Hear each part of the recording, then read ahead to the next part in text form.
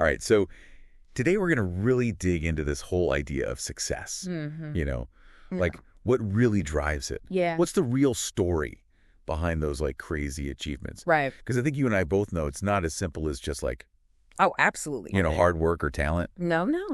There's more to it. So much more. And you gave us an amazing place to start. Okay. Malcolm Gladwell's Outliers. Oh, brilliant book.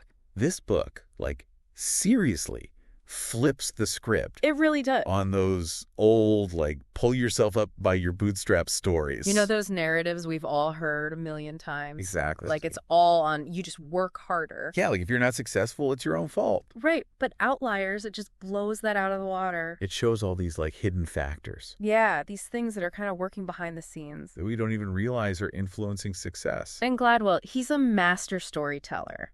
He really is. He brings in all these like fascinating examples. Real life stories that just suck you in. Yeah, it's not just theory. You actually see it playing out. Okay, so let's dive right into one of those stories. Right. The Roseto mystery. Oh, yeah, this one's a classic. This little town, Roseto, Pennsylvania, back in the 1950s. Okay. They were like a medical marvel. Like defying all odds. They had incredibly low rates of heart disease. Which was crazy because at that time, heart attacks were like the #1 killer in America. So researchers were like, what is going on here? Right. It was like Roseto had discovered the fountain of youth or something. And at first they thought it had to be something about the Rosens themselves. Their diet or their genes, maybe even something in the water. Right, like maybe they had some secret health regimen. But they investigated all of that. Yeah. Came up empty. It was like Roseto was breaking all the medical rules. It was a total mystery. So finally they realized this secret wasn't about the individuals. It was about the community. Interesting. These Rosens had emigrated from Italy and brought this incredibly tight-knit culture with them. Okay. Like super close family bonds, multiple generations living under one roof, I see. constant social interaction. So like a really strong support system. Yeah, exactly. That's fascinating. And it seems like that's what protected them. From like the stress of modern life. Maybe, yeah. Wow, so it's like their environment, their culture was like a buffer. It really highlights how important social context is. Right. We tend to think of health and success Okay. as these like individual things. It's all about you. But Gladwell is saying, no. It's way more complicated than that. The environment matters. Our culture, the people around us. It all plays a role. So success isn't a solo act. It's more like a team sport. I like that. We're all interconnected. Okay, so that brings us to another fascinating idea. Right, lay it on me. The Matthew effect. Okay, I'm familiar with that one. This time, Gladwell uses the example of Canadian hockey Okay, hockey. to show how even tiny advantages early on. Can snowball over time. Yeah, like a chain reaction. So he noticed this weird thing. What's that? A ton of elite Canadian hockey players Yeah. were born in the first few months of the year. Really? January, February, March. Huh, just because of their birth month. It sounds crazy, right? Yeah, that doesn't seem fair. But there's a reason. Okay, I'm curious. The cutoff date for youth hockey leagues Yeah. is January 1st. Ah, I see. So kids born in those first few months, Well, they're slightly older. right. So they might be a bit bigger. More developed? Yeah, more physically mature. Makes sense. And that gives them a head start. Interesting. They get picked for better teams, More coaching time. more opportunities to play. And that advantage just keeps building Yeah. year after year. It's like a self-fulfilling prophecy. Exactly. They might Yeah. not actually be more talented. Right. They just got a lucky break with their birth date. But because they're on this upward trajectory from the start, they get more chances to develop their skills. So they become the best. And it makes you wonder, Yeah. what if we could level the playing field a bit? Like give everyone an equal shot. Exactly, because a kid who's totally passionate about hockey could be missing out just because of their birthday. That's kind of mind-blowing when you think about it. It really is. Makes you question a lot of things. Yeah. Okay, but let's shift gears for a second. Okay. What about natural talent? Ah, the age-old debate. Right. Surely some people were just born with a knack for certain things. It's tempting to think that way. You can't tell me everything boils down to opportunity and timing. Well, Gladwell tackles that head-on with the 10,000-hour rule. Okay, the 10,000 hour. It basically says that practice, not just talent, is key to mastery. Okay, so it's not just about being born gifted. Nope. It's about putting in the work. And he uses a fascinating study to back this up. Oh, yeah. Tell me about it. A psychologist named K. Anders Ericsson. Okay. He studied violinists. Violinists, interesting. At a top music academy in Berlin. It's like the best of the best. And what he found was that the violinists who reached the highest levels, like those considered true masters, they had all racked up at least 10,000 hours of practice. 10,000 hours. By the time they turned 20. That's incredible. And they didn't find a single natural in the bunch. So no one just like coasting to the top? Nope. Even the most gifted musicians had to put in the hours. So practice is essential. It's like Gladwell is saying that even those rare individuals we think of as geniuses, they still need the chance to become experts. It's the opportunity to practice. And that a big part of it Yeah. is simply putting in the time. So talent alone isn't enough. But hold on, Gladwell doesn't stop there. He keeps digging deeper. He suggests there's even more to the success equation. Oh, I'm intrigued. He brings up this concept of practical intelligence. Tactical intelligence, okay. And to illustrate this, Okay. he contrasts two brilliant individuals. Okay. Chris Langan, All right. who had an incredibly high IQ, but faced a lot of struggles in life. So high IQ doesn't guarantee success. And in Robert Oppenheimer, Okay. who was also brilliant, but achieved incredible success, Interesting. So two brilliant minds. but very different outcomes. So what's the difference then? If IQ isn't the only thing. Right. What else is at play? Gladwell brings in the work of sociologist Annette Leroux. Okay. She studied different parenting styles Parenting styles. and their impact on children's development. Makes sense how you're raised to have a big influence. And she observed that middle and upper class parents Mm-hmm.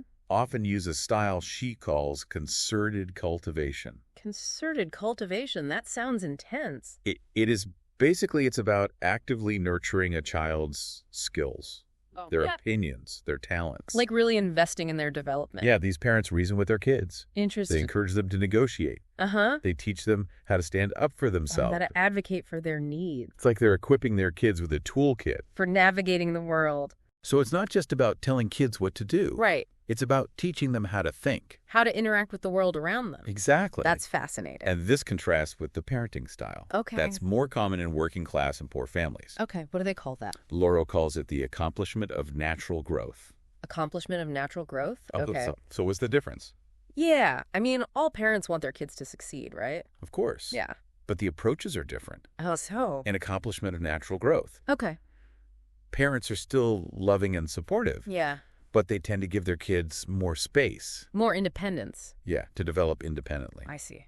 There's less emphasis on pushing them to question authority. Or assert themselves. So is Gladwell saying that middle and upper class kids have an unfair advantage? Well, I think what he's highlighting is that different cultures instill different values. Okay. Different skills. Like different tools for navigating the world. And some tool sets are better suited for certain tasks. It's not about saying one approach is right or wrong. No. But recognizing that these differences exist. And understanding the impact they can have. Wow, my mind is buzzing. We've covered a lot. We've got the Roseto effect. Right, the power of community. The Matthew effect. Early advantages can snowball. The 10,000-hour rule. Even geniuses need to practice. And now this idea of practical intelligence. Shaped by upbringing and culture. It's a lot to process. And we've only just scratched the surface. I feel like my whole definition of success has been flipped on its head. And that's just the beginning. I can't wait to hear what else Gladwell has to say. We'll dive into more fascinating stories next time. I'm already hooked. Great. I can't wait to discuss them with you. All right. So remember when we left off, we were talking about how success isn't just the solo journey. Yeah, like it's not just about individual grit and talent. Right. There are all these other factors involved, like community, Opportunity. cultural legacies. It's way more complex than we often think. And to illustrate that even further, Gladwell introduces us to the story of Joe Flom. Joe Flom. Okay. This guy was a legend in the world of corporate law. Like a real titan of the industry. He co-founded this powerhouse law firm, Skadden Arps. The one that basically dominated mergers and acquisitions. Exactly. And what's fascinating is that Flom's background Yeah. is full of things that we might typically see as disadvantages. Okay, now that's interesting because usually we think of successful people. Right. They come from privilege. They had all the advantages growing up. But Flom's story flips that on its head. Okay, so tell me more about his background. Well, for starters, he was the child of Jewish immigrants. Okay. grew up poor during the Depression. So not exactly a recipe for success. Especially in the legal world back then. Yeah, it was a very different time. The elite law firms in New York, Those white shoe establishments. they weren't exactly welcoming to Jewish lawyers like Flom. So he faced discrimination right from the start. Basically, and as a result, he ended up joining a smaller, less prestigious firm. Okay. One that took on the work the big firms didn't want. What kind of work was that? Things like litigation and proxy fights. Proxy fights. Which are basically legal battles for control of companies. Oh, I see. So he was kind of forced into this niche area of law. Right. It wasn't by choice. But then something interesting happened. What's that? In the 1970s and 80s, the business world went through this massive boom in hostile takeovers. Hostile takeover. Companies trying to buy each other out. Often against the wishes of the existing management. High-stakes legal battles. And who do you think was suddenly the go-to expert in that field? Joe Flom. Exactly. He'd spent years honing his skills in this area that nobody else wanted to touch. It's like he was unknowingly training for this his entire career. And when the demand for his particular skill set exploded, he was ready. He was more than ready. He was the best. It's like he'd been playing the long game without even realizing it. It's a perfect example of being in the right place at the right time. Combined with years of focused experience. And a bit of luck, too. But hold on. Yeah. Gladwell also talks about another lawyer, Maurice Janklow. Okay. Who had a very similar background to Flom. Jewish son of immigrants, grew up in the same era. But Janklow never reached those same heights of success. That's where the element of generational timing comes in. Generational timing. Okay. Janklow was born about a decade earlier than Flom. Oh. Which meant he faced the full brunt of the Depression as a young lawyer. Ah, so bad timing. Work completely dried up for him. And he never really recovered. Flom, on the other hand, came of age in a much more prosperous time. The economy was booming. Opportunity was everywhere. So even if you have the skills that drive the work ethic, it's not always enough. Your chances of success can be massively influenced by just the time period you're born into. The broader economic and social forces at play. It's a bit humbling, isn't it? It really underscores that success is never solely about individual merit. It's also about being fortunate enough to be born at the right moment in history. Demographic luck? I like that term, demographic luck. It's like catching the right wave at the right time. Okay, so we got community advantage practice, practical intelligence, and now demographic luck. It's quite the mix. And I know Gladwell doesn't shy away from exploring the role of cultural legacies. Oh, yes, even when it gets a bit uncomfortable. Like that chapter on plane crashes. That one's both fascinating and a bit unnerving. It really highlights how cultural differences, which we sometimes see as subtle or insignificant, can have enormous real-world consequences. Even in something as high stakes as aviation. Gladwell kicks it off with the story of Korean Air in the 1990s.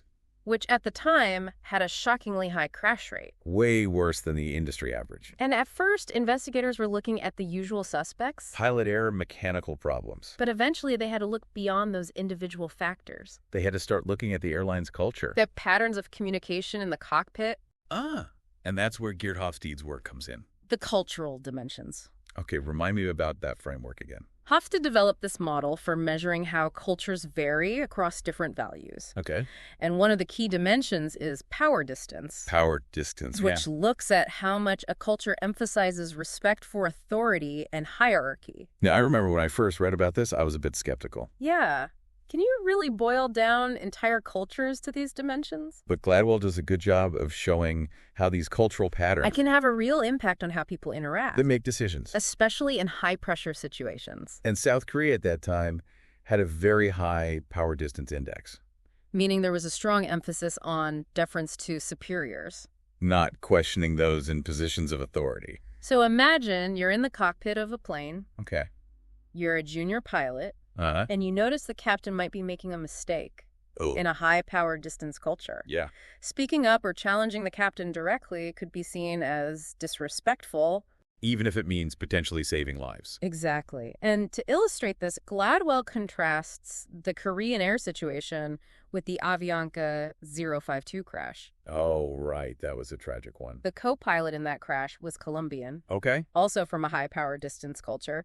He failed to effectively communicate the urgency of their fuel situation to air traffic controllers. Which led to the plane running out of fuel and crashing. It's heartbreaking because these were highly skilled pilots. But their cultural conditioning made it incredibly difficult for them to assert themselves. When it mattered most. It's a stark reminder that sometimes those ingrained cultural scripts can override even our best intentions. And our training. But what's amazing is how Korean Air tackled this problem. Yeah, what did they do? They started training their pilots in English. In English? I know it sounds strange, but hear me out. Okay, I'm listening.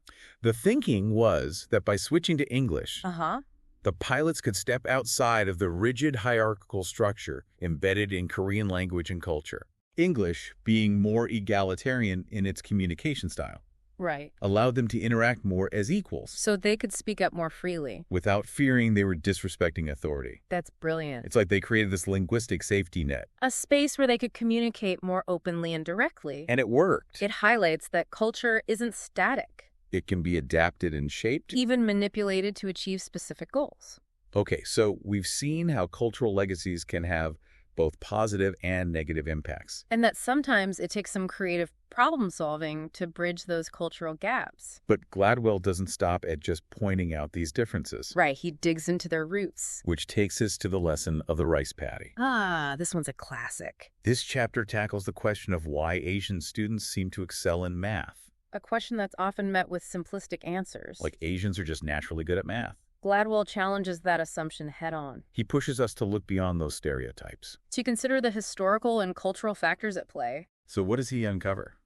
Well, he starts by comparing Western and Eastern number systems. Okay. It turns out the way numbers are expressed in languages like Chinese, Japanese, and Korean is much more logical and consistent than in English. Hold on, give me an example. Sure. In Chinese, the number 11 is literally 10-1, 12 is 10-2, and so on. I see. The structure of the language itself makes it easier to grasp basic mathematical concepts. So it's not just about being good at math. Yeah. It's that the language provides a more intuitive foundation. Exactly. But then Gladwell takes it even further. He does. Linking this to the history of rice farming in Asia. Right. Rice cultivation has been a way of life for many Asian cultures for centuries. And it's incredibly labor-intensive. It requires meticulous planning, constant vigilance. It's like a giant math problem in itself. And what Gladwell suggests is that centuries of this kind of work, this diligence, persistence, long-term thinking, it's shaped a cultural mindset that translates well to academics. Like math. It's like the rice paddy is a training ground for a certain kind of mental discipline. And work ethic.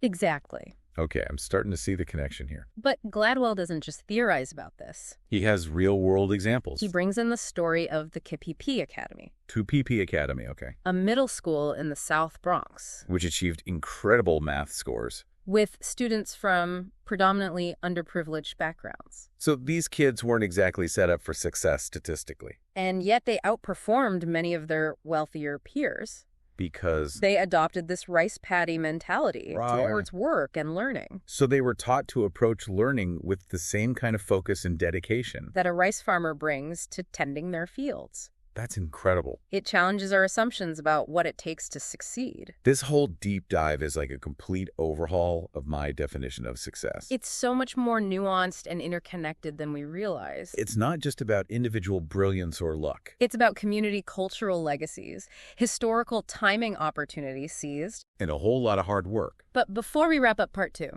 let's revisit that chapter on plane crashes. Okay, the one about Korean Air. Specifically the concept of mitigated speech. Mitigated speech, right? It's a way of softening critiques or suggestions. Kind of beating around the bush. To avoid directly challenging someone in authority. And while this can help maintain social harmony, it can be problematic in situations where clear, assertive communication is vital.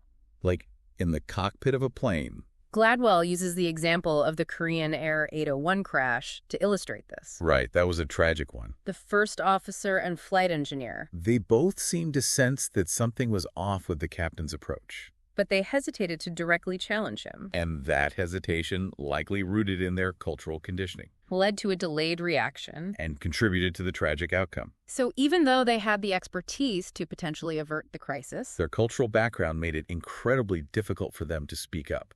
It's a sobering example of how cultural factors can overshadow individual competence. But it also highlights the importance of being aware of our own cultural biases. And how they might be influencing our communication. Especially in high-pressure situations. Recognizing these nuances, understanding where we're coming from and where others might be coming from. It can be the key to creating safer, more effective communication.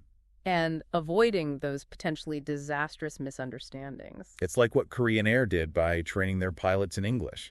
Finding those workarounds, those ways to bridge the cultural gaps. And ensure that vital information is conveyed clearly and without hesitation. This has been an incredible journey so far. We've gone from the power of community to the impact of cultural legacies. From the importance of practice to the role of historical timing.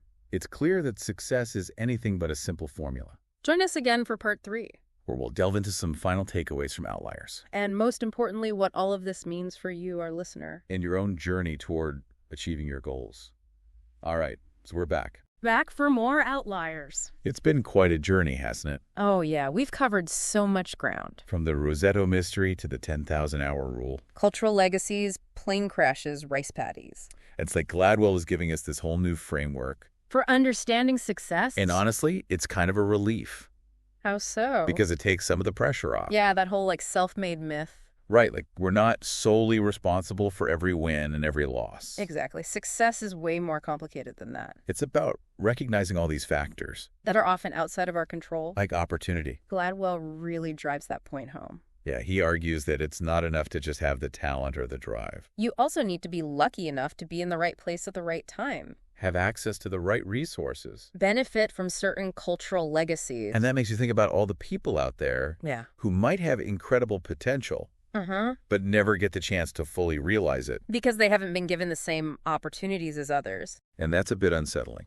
It is. It makes you question a lot of things. Like, how can we create a world where more people have access to those opportunities? A more level playing field. Regardless of their background or circumstances? That's the million-dollar question. It's a challenge for sure. But an important one. One that we need to address. And speaking of challenges, yeah, Gladwell's examples, especially the one about the plane crashes. Oh, yeah, those were powerful. They really highlight the importance of cultural awareness. How cultural differences can profoundly impact how we behave and communicate. Even in highly technical fields. Where you might think those differences wouldn't matter as much. Right, but they do. And it makes you realize that we need to be mindful of our own cultural biases. And how they might affect our interactions with others. Have you ever been in a situation where you felt like you weren't quite understanding someone? Or they weren't understanding you. Yeah, and it led to frustration or conflict. Oh, absolutely. It happens all the time. Especially in today's globalized world. We're constantly interacting with people from different backgrounds. And what Gladwell suggests is that taking the time to learn about different cultural norms and communication styles can be incredibly valuable. It can help us bridge those cultural divides. Foster more effective collaboration. Okay, so we've got opportunity, cultural awareness. What other takeaways should we be carrying with us from Outliers? Well, his emphasis on the 10,000-hour rule. Right. Practice, practice, practice. It's a good reminder that mastery in any field requires dedicated effort. It's not just about talent. Sometimes we get so caught up in that idea. Yeah, that some people are just naturals. And we forget the power of simply putting in the hours. But what Gladwell shows us is that even those people who seem like naturals, they've usually invested a ton of time and effort. It's not magic, it's hard work. And that's actually really inspiring. How so? Because it means that even if you don't feel naturally gifted in a particular area, you can still achieve a high level of proficiency. Maybe even mastery. Through consistent effort and deliberate practice. So in a way, we have more control over our destinies than we sometimes realize. We might not be able to choose our circumstances. But we can choose how we respond to them. How much effort we put in. And what skills we cultivate. Right. It's about taking ownership of our own journeys. And that ties in beautifully with the concept of practical intelligence. Knowing how to navigate the world. Communicate, effectively solve problems. Which Gladwell argues is just as important as raw IQ.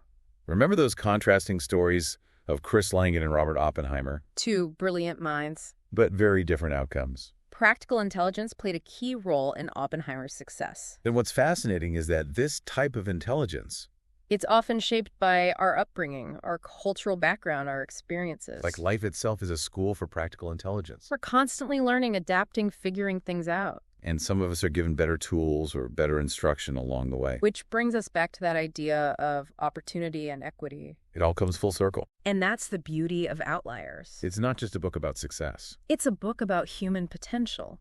And how we can unlock it, both for ourselves and for others. It challenges us to rethink our assumptions. To recognize those hidden forces that shape our lives. And to use that knowledge to create a world where more people have the opportunity to thrive. It's a call to action. To create positive change. And I think the most powerful message Gladwell leaves us with is that we are all interconnected. Our success isn't solely our own.